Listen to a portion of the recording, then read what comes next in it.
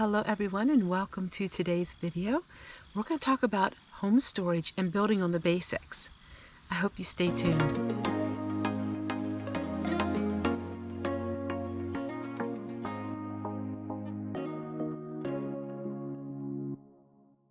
Alright everyone, today I want to share with you what I am working on. Now it is canning dried beans. This is not USDA regulated. In other words, the USDA never tested it in their test kitchens, but it is a quick way to make your beans and to have them last for many years. A lot of times people ask me, why do I go to all the trouble of canning beans? It's simple. Once they're home canned, you don't have to worry about having ample supply of water to soak them to make them soft. They're automatically made. Home storage is built on the basics, and today's worksheet, you have to go to the description box and click on the link. It will correlate with my video. So building up your pantry, you start on the basics and what are the foods that you like to eat, and then you work from there. It also provides you with a peace of mind. It keeps you from having to focus and rely on the grocery store as much. Also gives you skills. So you learn a lot of skills when it comes to providing for your own family instead of relying so much on the grocery store. Now, yes, you do have to buy these foods initially, like dried beans. Actually, you do have to buy these foods, but you're buying just the beans. With those beans, you can make your own baked beans, refried beans, chilies, all kinds of different bean dishes, instead of having to go to the grocery store and buying all of these things individually canned. So when you buy 40 pounds of beans, if you are into prepping, that is called basic storage.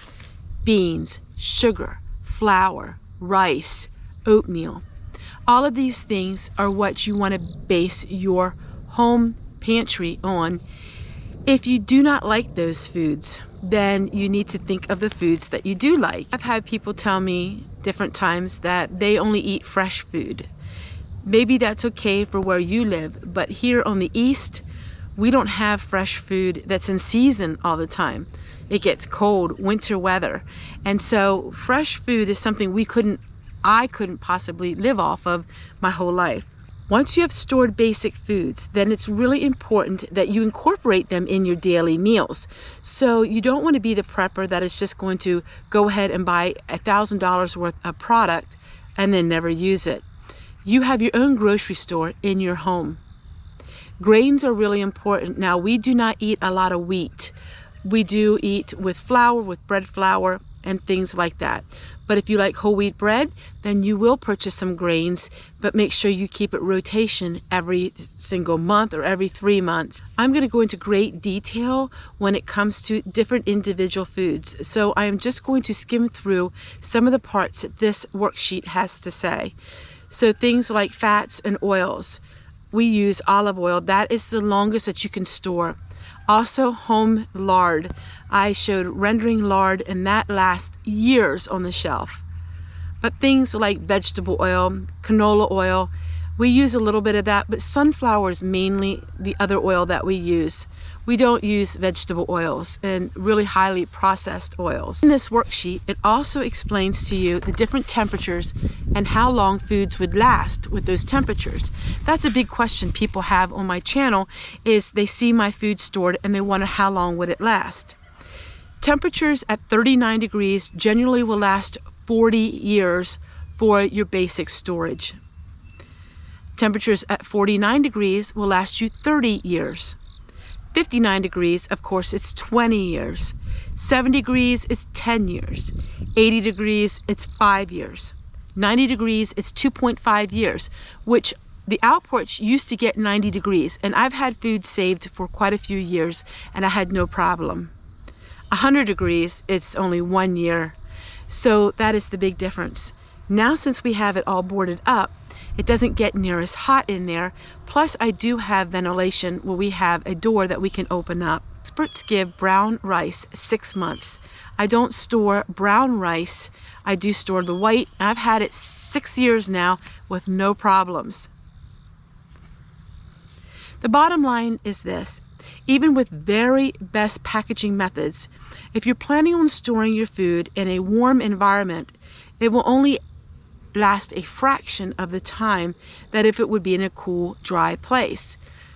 So keep that in mind and make sure you have ventilation, that it's not stifling air. So keep it ventilated and keep it moisture free. I'm going to go ahead and work on some things today that have to do with prepping. It's my everyday prepping, and also those pamphlets will go with today's video. So if you're interested in the how-tos of everything, check out all of the information I have at the end of this video.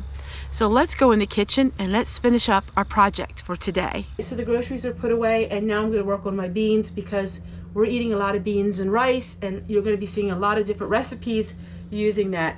What I'm doing this time with canning my beans, I'm adding a pinch of these tomatoes. I'm also going to be adding a little bit of the Lipton onion soup. Now this is something I had in my pantry a long time, but I want to use them up. And then I will probably be adding just a little bit of salt. Now I don't have the soak method. It's not USDA approved. Basically it's 1 cup of dried beans to 1 quart of canning jar. So I like the wide mouth canning jars for the beans. That way it's easier to get them out. And we're just going to go ahead and do this. Now, I was doing a lot of research because some of my beans are 5, 6, 7 years old. I did throw away some of them because if they're too old, they will not soften. And I really don't want to go through all of this trouble and then not have them soften. But one of the ways you can tell is if you look at them, if they're really wrinkly. If they're really wrinkly, that means they're really hard and there is no moisture left in them whatsoever, and they won't get soft. Now, I've had some that are 6, 7 years old, and I did get them soft by soaking them and doing all of that. But I have so many beans, I figured I might as well just use the ones that I know that aren't quite as old. So this one is 1.5 years to 2 years old. These are 3 years old, and these will soften up nicely. It's very simple if you're used to pressure canning. It is 1 cup of beans, dried beans, no matter what kind of bean it is. It's 1 cup per 1 quart, 1/2 cup per pint. And we're going to go ahead and we're going to put the beans in here. Now, I did not wash these beans ahead of time. You will see what I do. This way it's easy to measure. I will put the beans in like this, then I will fill it with water. Then I will take the water out of the jar and then fill it right back up with water again. Any kind of debris will float on the top. This way I know exactly how many beans that I am using per jar. One way to incorporate your dehydrated food is canning. So I put a little bit dehydrated tomatoes in each jar. I'm just going to add a little bit of Himalayan salt, about 1 teaspoon, and then I will add some Lipton onion soup mix, just about 1 teaspoon. You don't need to do any of this. I just do it to give a little more flavoring. Then we will add boiling water to the jar. We will can this 90 minutes for quarts and 75 minutes for pints. I do not water bath can low acid items. There are many channels out there that do that, but that is not the way that I like to can my food. So on my channel, you will only see pressure canning low acid items like that. So we're going to go ahead and add all of this, and then we will put it in the canner.